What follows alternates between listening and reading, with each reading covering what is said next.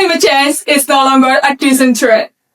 It is our present reality, where global temperature have risen by 1.1 degrees Celsius.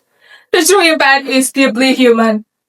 In late 2021, flood and landslide in Sumatra claimed more than 1,000 lives and damaged over 166,000 homes. These are not just statistics. They are real families and real losses. This also raises a critical question. Why, despite the global effort, does our climate action is still fall short? Assalamualaikum warahmatullahi wabarakatuh. Greetings, everyone.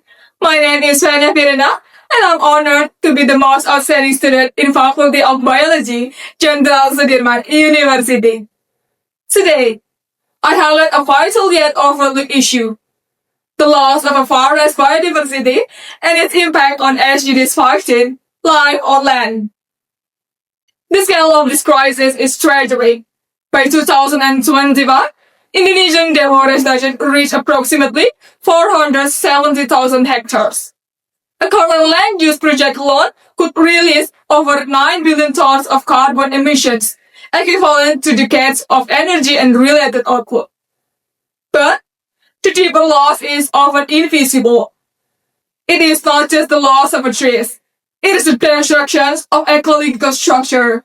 When we replace diverse forests with monocultures, we create a green desert landscape that looks green, but lack of soil to sustain our planet. Despite this, many current solutions focus on scale rather than diversity. How many trees instead of how do the forests live? To bridge this gap, I propose climate-smart heterogeneous forest design. This concept beyond simply planting to building a functional ecosystem by intentionally integrating species with complementary loads. Fast growers for immediate absorption and diverse species for resilience. We create a forest that are not just productive, but truly adaptive. In this system, forests are no longer treated as a static landscape, but as dynamic engines of climate regulations. So, why does the forest diversity matter? According to research by Gary in 2019, shows it works through three key mechanisms. First, complementary carbon absorptions.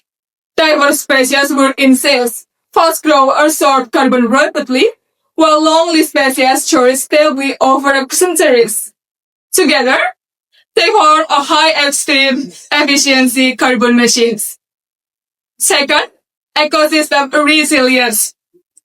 This biodiversity incidents allow forests to survive pests and climate stress that would easily destroy monocultures. Third, self-regulating stability. Interaction between species maintain the soil health and water cycles essential for long-term survival. Biodiversity is not just a feature. It is foundation of how forests functions. In conclusion, simplistic solution will not solve a complex crisis. Planting trees is not enough if we fail to restore the life within them. Climate stability is not just poured in atmosphere.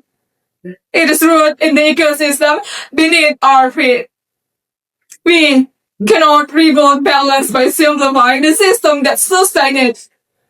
The future of our planet depends on how many victories we plant, but on how well we restore the complexity of life on land. Thank you for the attention. Wassalamualaikum warahmatullahi wabarakatuh.